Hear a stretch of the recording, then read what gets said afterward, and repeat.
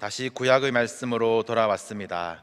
보니까 딱 작년 6월 첫 주에 아브라함의 이야기를 설교로 시작했는데요. 지난 1년간 이제 신구약을 교차로 보긴 했지만 아브라함, 이삭, 야곱의 믿음의 여정들을 함께 보아왔습니다. 지난 2월까지였어요. 이제 야곱이 하나님을 만나 붙잡고 씨름한 것, 하나님을 대면하여 보았으나 생명이 보존된 그 은혜를 경험한 이야기. 그 후에 야곱은 절었지만 밤은 지나가고 해가 돋았다.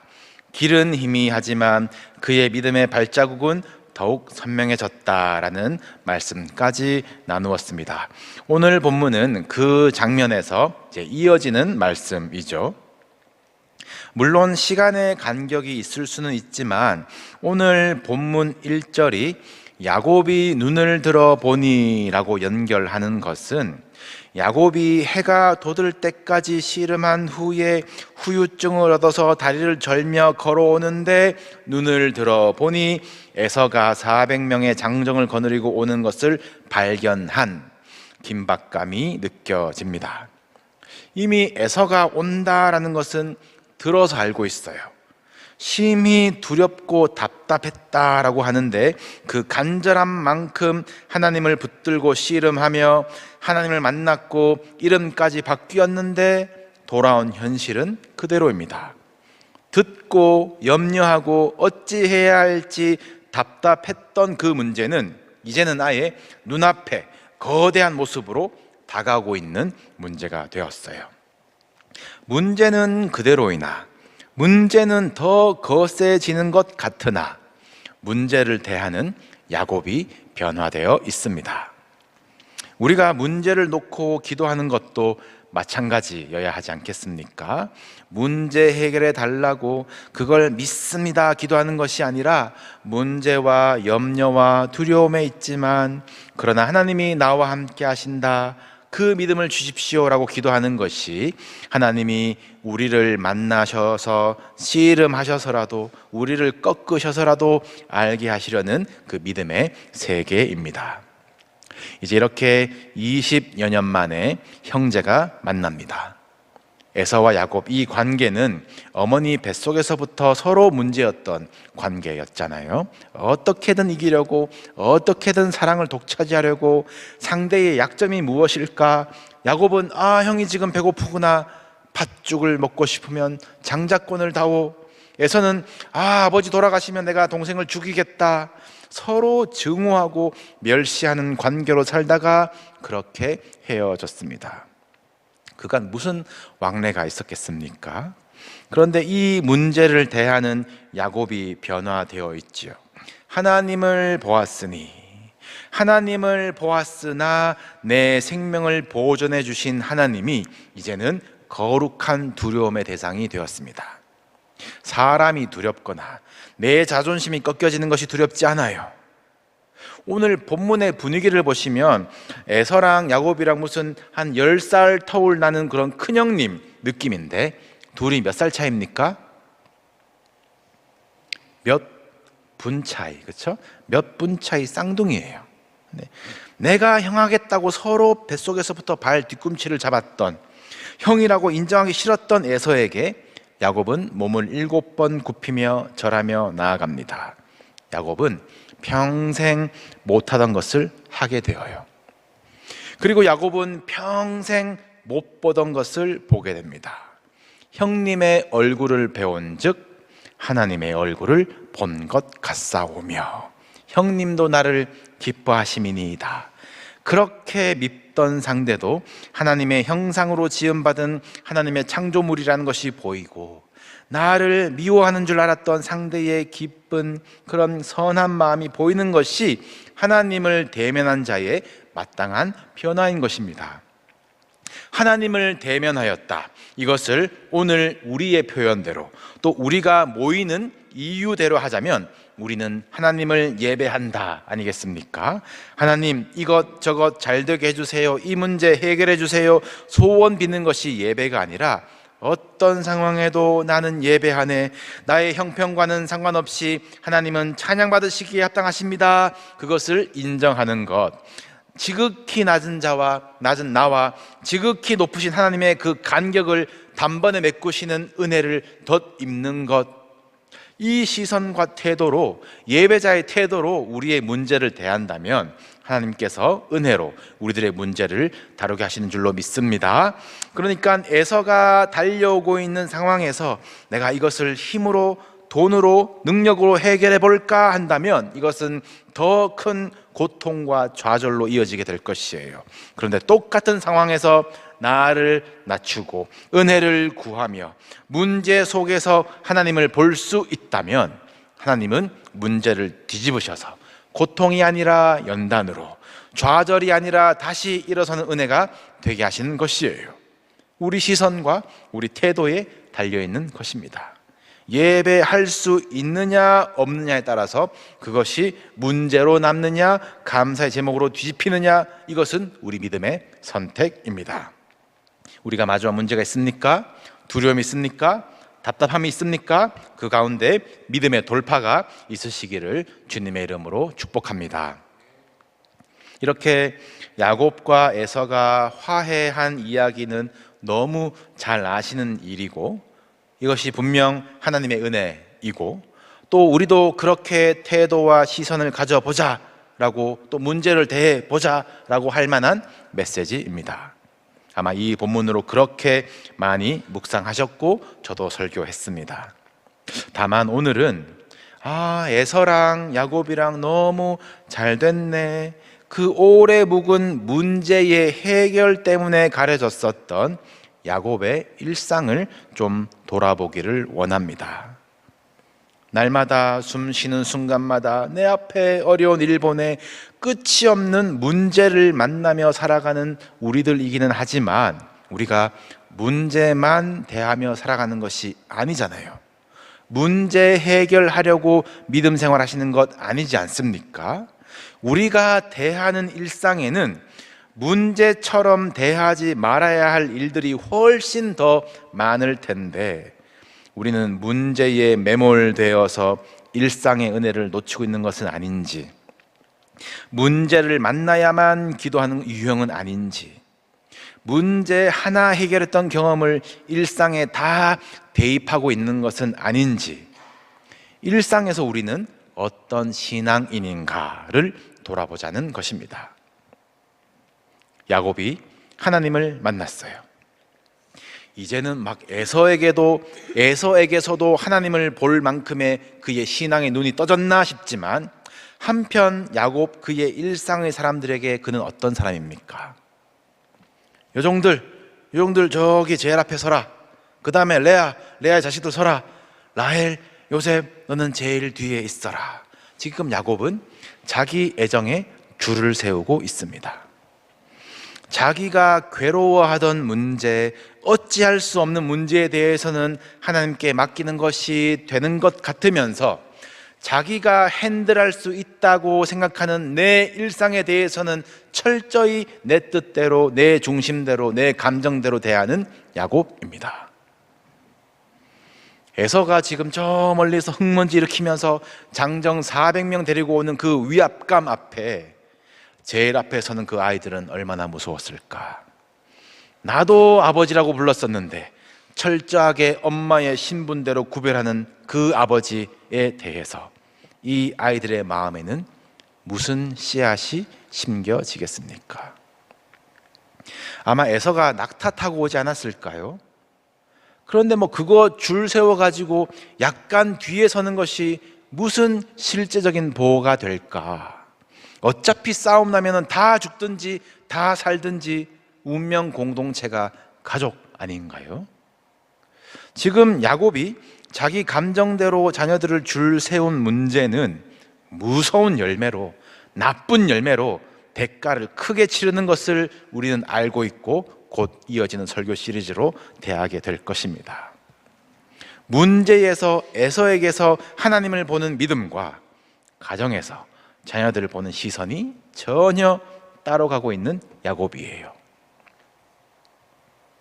롯이 소돔에서 겪은 기록을 보시면 뭔가 범상치 않은 나그네 천사를 만나서 내가 그들을 대접하겠다라고 모셨는데, 음란한 소돔 시민들이 그 나그네 내어놓으라고 우리가 그들과 성관계하겠다라고 난동을 일으킵니다. 그때 나그네를 보호하겠다는 신앙인 롯, 그의 그 자신의 의로움의 선택은 무엇이었습니까? 여기 내 순결한 내 두 딸이 있습니다. 내어줄게요. 너희가 눈에 좋을 대로 하십시오. 이 나그네는 안 됩니다. 하나님이 그것을 막으셔서 실행되진 않았지만 너무 충격적인 이야기 아닙니까? 의롭다라는 롯이지만 딸에게는 너무나 괴물 같은 실망스러운 아버지입니다. 두 딸은 아버지로부터 무슨 상처를 입을까요? 결국 두 딸에게서 모압과 암몬, 이 나쁜 열매가 맺어집니다. 여러분, 우리가 만난 문제는 손님입니다. 손님. 언젠가는 갈 손님입니다.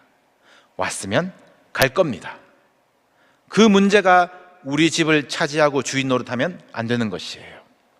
문제가 지나간 일상은 어떤 모습이어야 하는지 생각할 수 있어야 하는 것입니다. 하나님이 디자인하신 나의 모습, 하나님이 디자인하신 우리 가정의 모습, 우리 교회의 모습은 문제 없을 때에 원래 어떠했는지 그 일상을 기억해야 하는 것이에요. 저희 집 아이들이 이제 마냥 어리광을 부리는 나이는 지났다 싶으니까 다들 그러시듯이 예절 교육을 시킵니다. 어른들께 인사하는 것에 대해서 제가 좀 단호하게 또 호되게 야단칠 때도 있는데, 어쩔 때는 인사 잘하는 아이로 키웠다라는 내 만족이 아닐까 싶어요. 아니면 인사로 상대방을 기분 좋게 하는, 성도님들 조금 기분 좋게 하는 사역을 내가 시키고 있는 것은 아닐까. 인사 안 해가지고 맨날 울 때마다, 혼나서 울 때마다 그런 아이들을 보면서 내가 이것을 문제라고 여긴 것이 과한 것인가, 내가 이 문제 해결에만 매몰된 것은 아닌가, 이 아이에게는 어떤 교훈이 남고 감정은 지나갈까 고민한 적이 있습니다. 교훈이 지나가고 감정만 남으면 안 될 텐데요. 그 금방 지나갈 문제라는 손님을 대하는 것에 우리의 감정과 기도와 신앙이 다 소모가 되어버려서 우리의 일상을 대하는 일들, 일상에서 만난 사람들에 대한 태도는 정말 거칠어져 버린 우리의 밑바닥만 남은 것은 아닌지 생각해 봅시다. 여러분, 우리는 문제 위에 열매를 맺지 않습니다. 우리는 일상에서 열매를 맺어야 하는 것이에요. 야곱의 이름이 이미 바뀌었거든요. 이스라엘. 그런데 하나님이 직접 이스라엘이라는 이름으로 바꿔주셨는데도 성경은 감히 그를 이스라엘이라고 부르는데, 또 그렇게 기록하는데 주저합니다. 보시면 한동안 계속 야곱이라고 부를 것이에요. 이스라엘이라는 이름에 걸맞는 온전한 삶을 살아가기 위해서 더 많은 훈련이 야곱의 일상에서, 특히 이제 그의 가정에서 겪어질 것입니다. 그래서 야곱을 성화의 사람이라고 부르죠. 성화는 단 한 번 영적인 사건, 어떤 회심, 어떤 문제 해결로 올라가는 자리가 아니라 주님 앞에 설 때까지 평생에 걸쳐서 푸른 물밭이나 사망의 음침한 골짜기나 원수의 목전이나 여호와의 집에서나 모든 일상에서 걷는 길에서 이루어지는 것이 성화입니다. 우리는 이 신앙의 길을 믿음으로 걸어간다라고 하지만 그 과정에서 넘어지고 다시 일어서기를 반복하는 거지요. 중요한 것은 우리의 의지만으로는 갈 수 없는 것을 아는 것이 지혜요 명철이라고 했습니다. 힘으로도 능력으로도 안 되고 오직 나의 영으로 되느니라 라고 하셨어요. 우리는 문제 하나 만나가지고 막 신음하다가 지나가면 일희일비하는 연약한 이들이거든요. 그냥 지나가면 힘든 나그네 인생길이지만 성령의 능력으로 걸으면 믿음의 길, 승리의 개선길이 되는 것입니다. 성령님께서 우리의 연약함을 도우시고 우리가 그리스도를 닮아 가도록, 하나님의 군대가 되어져 가도록, 순결한 그리스도 신부가 되도록 우리를 입히시고 보호하시기 때문이에요. 우리가 야곱의 이야기를 다시 시작하지만 그의 가정이 나중에 노년에 애굽으로 들어가면서 참 좋아 보이는 그 애굽이 사실은 하나님의 연단의 도가니가 될 것을 야곱은 알거든요. 그리고 자신은 죽어서라도 다시 약속의 땅에 돌아가기를 소원합니다. 유언이 되어요.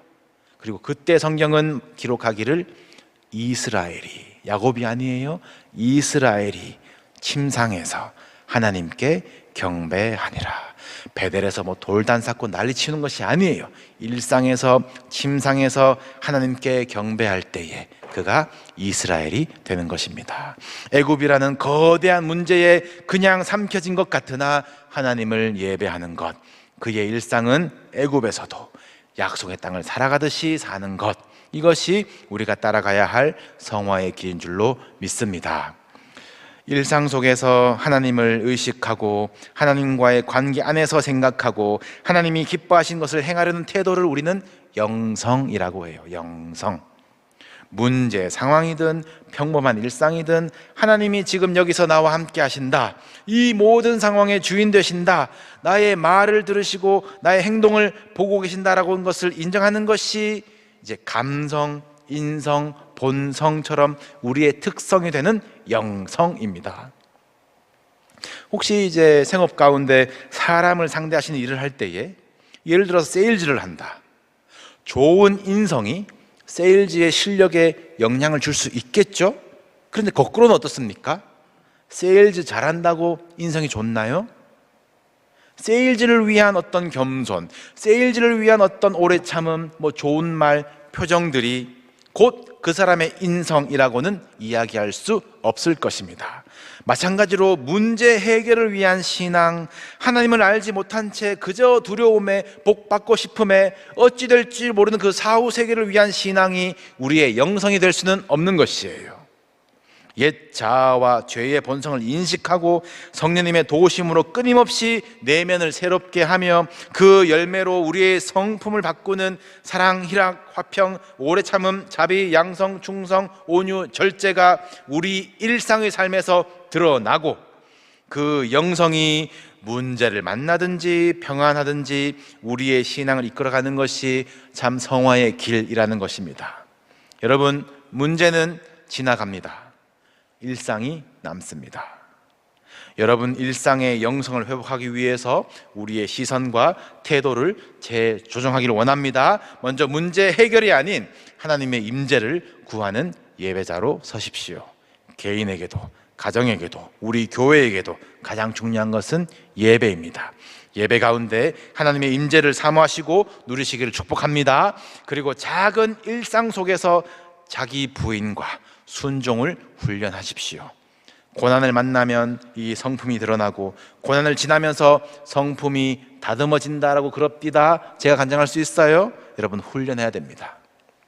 거창한 영적 체험을 기다리기보다 매일의 삶 속에서 작은 순종을 실천하십시오.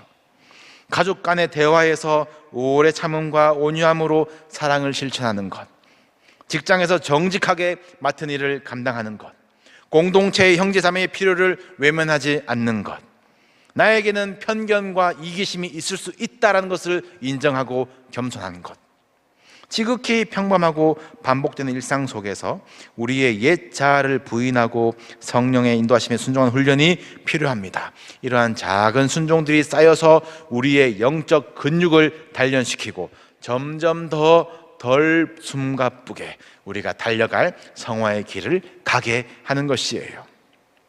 그리고 자신의 연약함, 이기심을 인정하고 끊임없이 은혜를 구합시다. 완전한 사람은 없어요.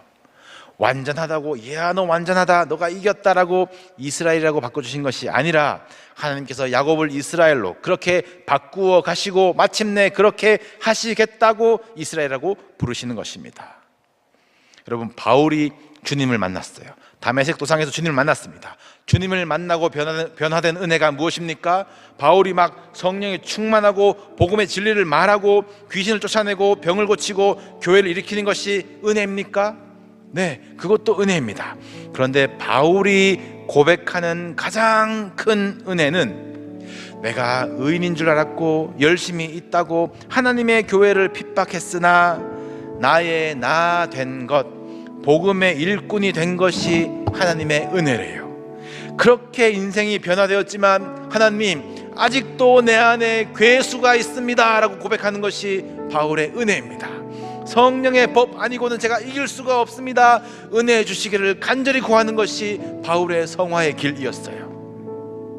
여러분, 문제 앞에서만 믿음의 용사요, 일상에서 가까운 이들에게는 괴수가 되어서야 되겠습니까? 여러분, 문제는 지나갑니다. 그러나 우리의 일상은 계속됩니다. 우리가 진정으로 열매를 맺어야 할 곳, 하나님께 영광이 되어야 할 자리는 바로 우리 일상입니다. 하나님은 우리의 삶에 에서와 같은 큰 문제들을 허락하셔서 우리를 변화시키시기도 하지만 동시에 우리의 일상 속에서도 끊임없이 우리를 빚어가시기를 원하시고, 모퉁이 돌이다, 나를 통해서 정렬하여라, 집을 지어가세요. 우리는 이미 그리스도 예수 안에서 보라 새것이 되었도다 라고 하지만 또 역설적으로 날마다 새것이 되어가는 존재들입니다. 이스라엘이라는 이름처럼 우리는 성도라는 거룩한 무리의 이름을 받았지만 우리는 이 이름에 걸맞는 온전한 삶을 살아가기 위해서는 평생의 여정과 부단한 훈련이 필요합니다. 힘으로 안 돼요. 능력으로 안 돼요. 오직 하나님의 영, 은혜로 될 줄로 믿습니다. 우리의 삶에 지나갈 문제를 통해서 하나님을 만나고 우리가 살아갈 일상 속에서 날마다 주님의 성품을 닮아가는 참된 예배자가 됩시다. 우리의 일상의 삶의 모든 순간이 하나님을 영화롭게 하는 예배의 몸짓이 되기를 소망합니다. 우리의 매일의 언어가 찬양과 감사가 되시기를 높으신 주님의 이름으로 축복합니다.